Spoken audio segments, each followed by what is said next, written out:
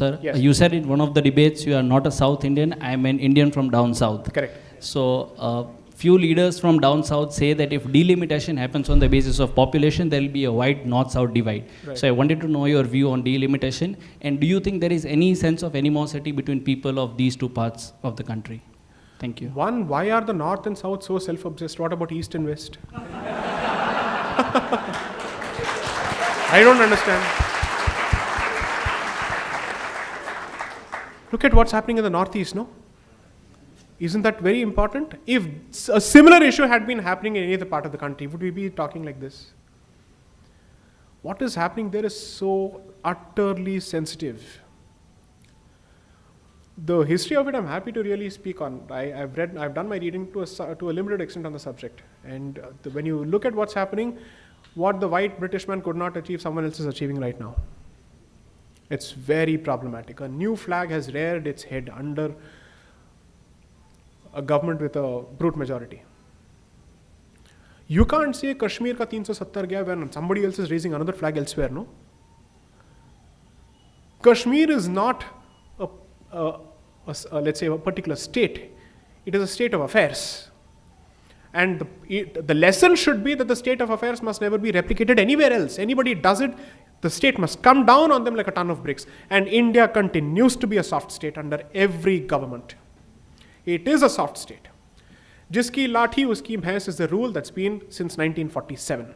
Every stone pelter and everyone who takes a Kalashnikov in his hand can dictate terms to the government. And that is what is happening.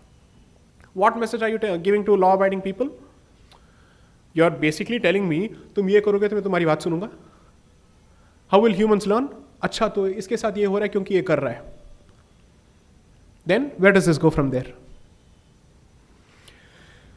On the question of north and south, I don't think the situation is as bad as the 60s or as bad as the anti-Hindi agitation of 1950s. But the reason why it is kept boiling, this nasty venomous pot is kept boiling, is because of the most pernicious form of secessionist movement the history of this country has seen. It is Dravidianism and Dravidianism alone. It is not Kashmir militancy because there the enemy is clear. Because there is support from across the border.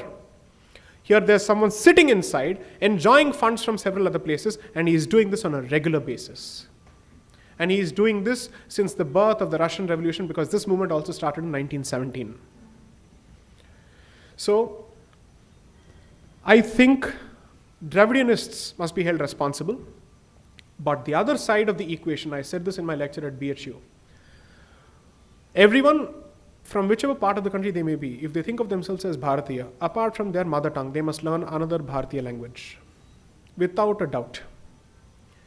If you don't do that, you may learn a particular language because of economic reasons, because you have to move to some place or whatever. But I would want a greater integrative reason for learning another language. It shouldn't be just economics. Because you'll still learn the language, but ghrina to khatam nahi hogi na. That will still go on. You're learning the language because that's your means of livelihood. You can't survive without it. But the poison within and the separatism within will not die. Which is why I switch to Hindi often. To say my complexion and Hindi get along really well, don't worry. They will get along well. There's nothing wrong with it at all. After all, the purest form of Sanskrit has survived in the south, not anywhere else, for historical reasons. So we will protect it. We don't have a problem with it at all. I can't have a problem with a language which has the very same script as Sanskrit. Dravidians have a problem with Sanskrit, and that is why they have a problem with Hindi, is the calculation most people miss. Their problem is with the Hindu identity, and therefore everyone who represents the Hindu identity is a problem. So the person coming from the cow belt who speaks Hindi is a problem precisely for that. And this is a very different example to give. I would say they were put in their place better by perhaps Nehru at some point and Indira Gandhi at some point actually.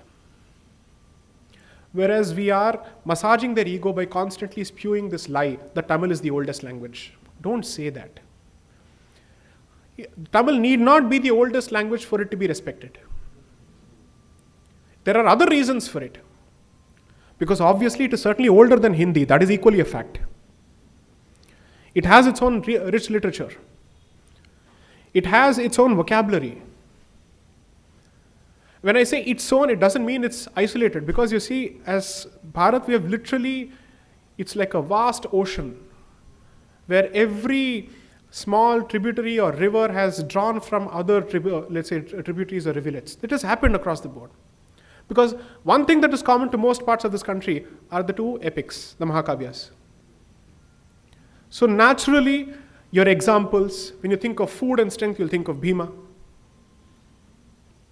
When you think of questions, you'll think of Yaksha Prashna. Or you'll think of the discussion between Yama and Nachiketa. You'll have these discussions. So the examples are common because the culture is common, the sroth is common.